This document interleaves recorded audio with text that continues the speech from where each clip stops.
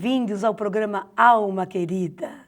Para quem está acompanhando pela primeira vez, nesse programa, o Dr. Adão Nonato, que é advogado, psicólogo e psicanalista, responde às perguntas enviadas por e-mail dos telespectadores da TV Mundo Maior, dos ouvintes da Rádio Boa Nova e dos internautas. É com muita satisfação que estamos mais uma vez ao lado do nosso querido Dr. Adão Nonato. Tudo bem, doutor Adão? Tudo bem, Dora. Você quer apostar como eu sou Bidu? Eu vou adivinhar o que você quer que eu fale. Será que é um convite? Você quer que eu convide o pessoal para ligar para a Rádio Boa Nova, claro, né? Nossas almas queridas a fazer parte desse clube. 0800 12 18 38. A ligação é gratuita de qualquer lugar do Brasil. Você liga, vai ser atendido pelo Clube Amigos da Boa Nova, que ela chama de Clube da Luz, Clube da Vida, Clube do Amor, né? Clube Amigos da Boa Nova. E vai ficar sabendo como é que você pode fazer para nos ajudar a levarmos adiante esse projeto maravilhoso de a Rádio Boa Nova, a TV Mundo Maior, iluminar consciências através da doutrina espírita. Faça isso. 0800 12 18 38. Faça parte desse Clube do Amor. Doutor Adão, o primeiro tema é de uma alma querida feminina. Gostaria de orientações para que eu possa melhorar minha vida. Esse é o tema. Meu Deus do céu. Eu vou brincar, viu? Só se eu fosse doido. Em primeiro lugar, quem é que não quer isto, hein, minha alma querida? Quem não quer, né? Quer? Melhorar a minha vida. Todas as almas queridas querem. É para isso que a gente encarna, é para melhorar a vida. Certamente. Não é que nós encarnamos para melhorar a vida espiritual. Chegamos aqui nos desenvolvimentos querendo melhorar a vida material, não é isso? Certamente. Aí começa o problema, que apostar, vamos ver o resto. Ela inicia. Querido Adão Nonato, tenho 37 anos e venho agradecer imensamente seus ensinamentos nos últimos 2 anos que acompanho a Rádio Boa Nova. O senhor é como se fosse um guru para mim. Guru.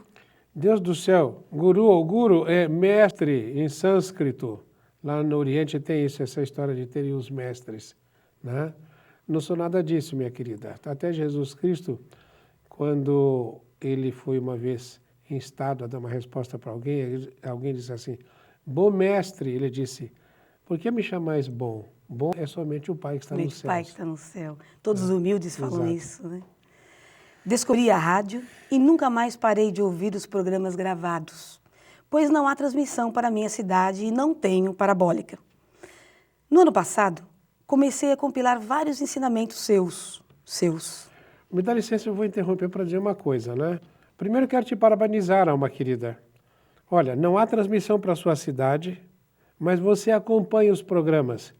Então, todos aqueles que quiserem acompanhar os programas da Rádio Boa Nova e da TV Mundo Maior, poderão fazê-lo através de internet, vendo os programas no offline e até baixando programas.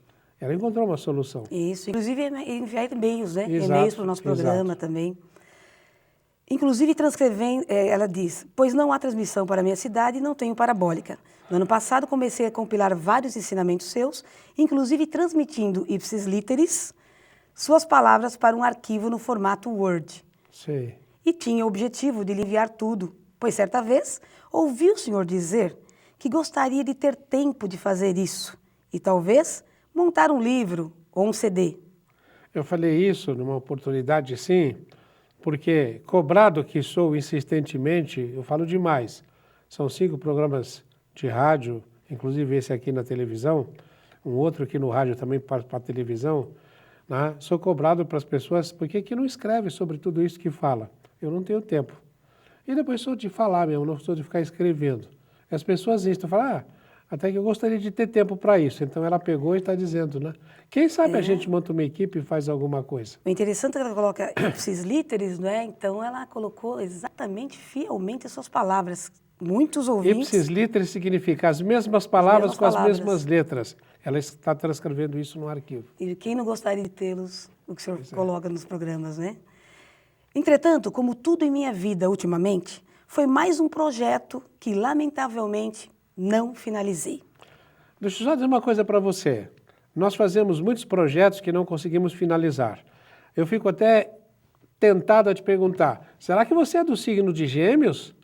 Será que você é como Adão Nonato, que as pessoas falam, nossa, se fosse realizar todas as ideias que esse cara tem, o mundo mudaria da noite para o dia, só que não dá tempo.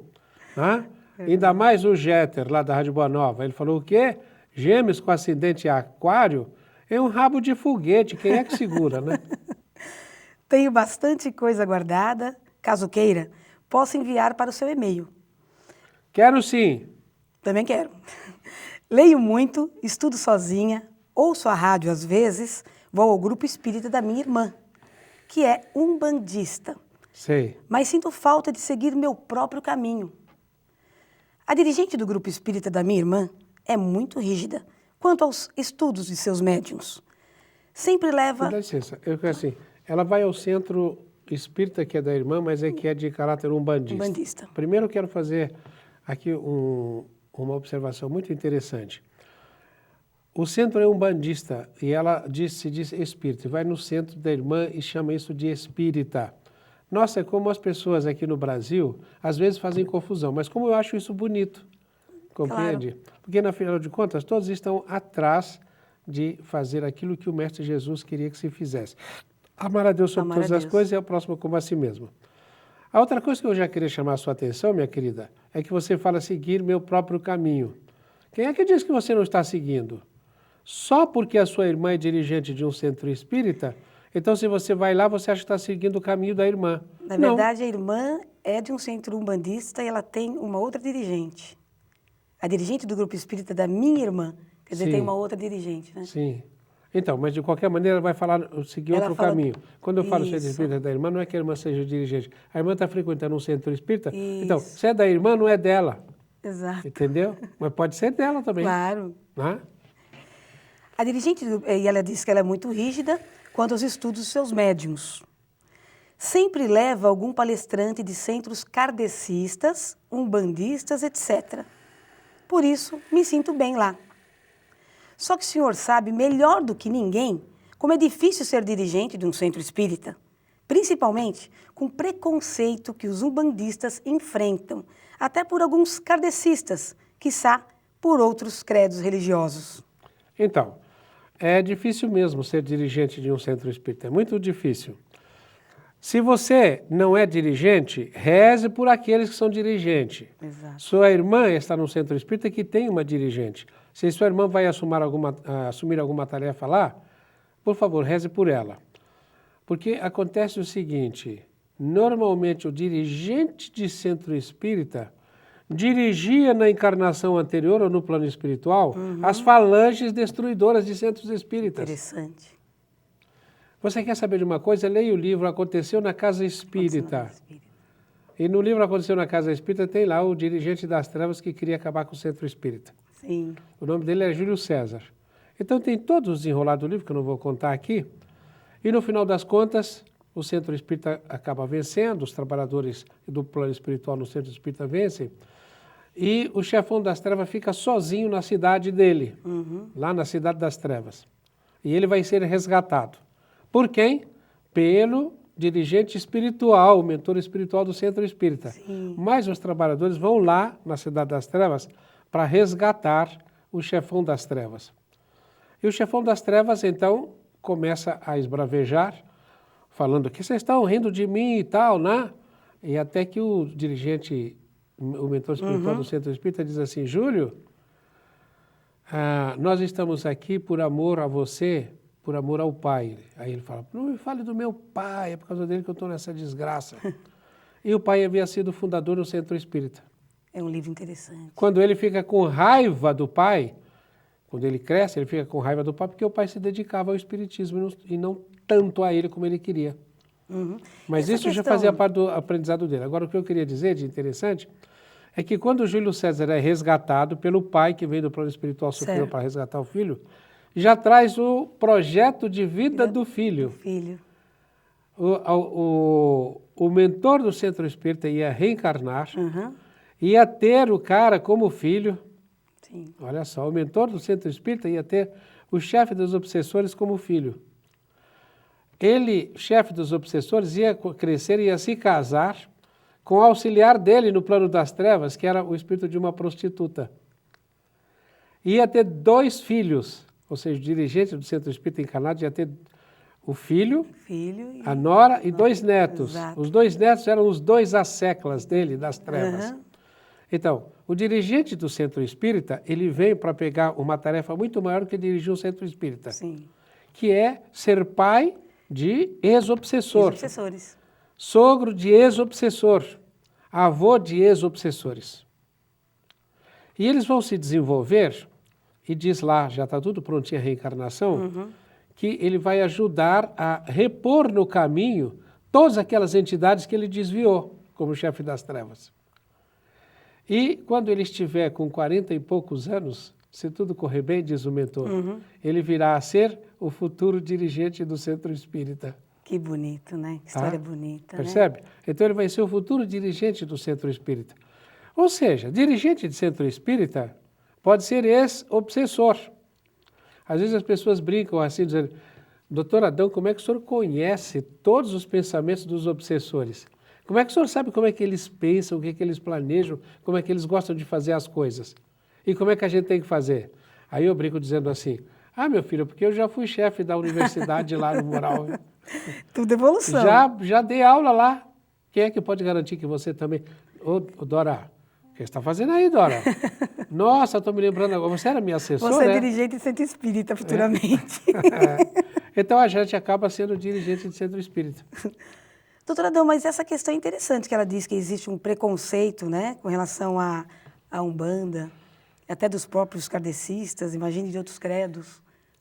Eu sei que há esse preconceito. Por exemplo, nós vamos realizar neste final de semana um seminário Ramatiz na União Espírita, ali na rua Monsenhor Anacleto, no Parque Dom Pedro, é no Brás, né? E lá é um centro kardecista, 2 dias na semana, e um centro umbandista nos outros dias. Que bonito. Percebe? É do Sidney Carvalho? Ele vai Não, estar? o Sidney Carvalho vai estar lá, Sim, mas não é o sim. dele. Ele vai estar. Vai. Ele vai fazer, inclusive, a primeira palestra. Imperdível. É. Ela continua, doutor. Admiro muito o trabalho dela e respeito. Gosto de ir lá, mas ainda não é o que busco. Então decidi começar do zero. Será que ela começou do zero? Ela não começou do zero. Estou procurando um grupo... O que é começar do zero? Se ela vai começar do zero, como? Se ela já frequenta centro espírita, tem uma irmã que é espírita, ela conhece. Exatamente. Ela quer começar do zero, ou seja, quero começar num outro setor, num outro segmento.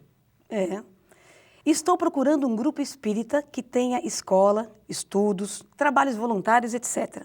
Todos, né? Olha, seria interessante, né? Se você tivesse escrito aí onde você mora, eu poderia sugerir alguns. Parece que ela não, realmente, ela não se identificou. Exato, né? Aliás, é uma qualidade do nosso programa, né? Mas acontece uma coisa interessante. Há centros espíritas hoje em todos os lugares. Se não tem, há centros espíritas, ainda agora há pouco eu estava falando com o meu amigo De Luca, né, no centro espírita, acho que é Esperança no centro. Amor, Paz e Amor, será? Eu sei que é na Zona Leste. Tem uma câmera, né? E todos os palestrantes que vão lá fazer palestras, outros trabalhos, são filmados e são colocados na internet. Então, hoje, ninguém pode ter desculpa de dizer eu não tenho onde me reunir, não tenho como praticar o espiritismo, não tenho o que fazer. Claro que tem. Claro. Espero que não seja mais um projeto a fracassar. Olha, eu vou te pedir pelo amor de Deus, tá? Quando você diz assim, eu espero que não seja mais um projeto a fracassar, o Freud chamava isso de denegação. A doutora aqui também é psicanalista.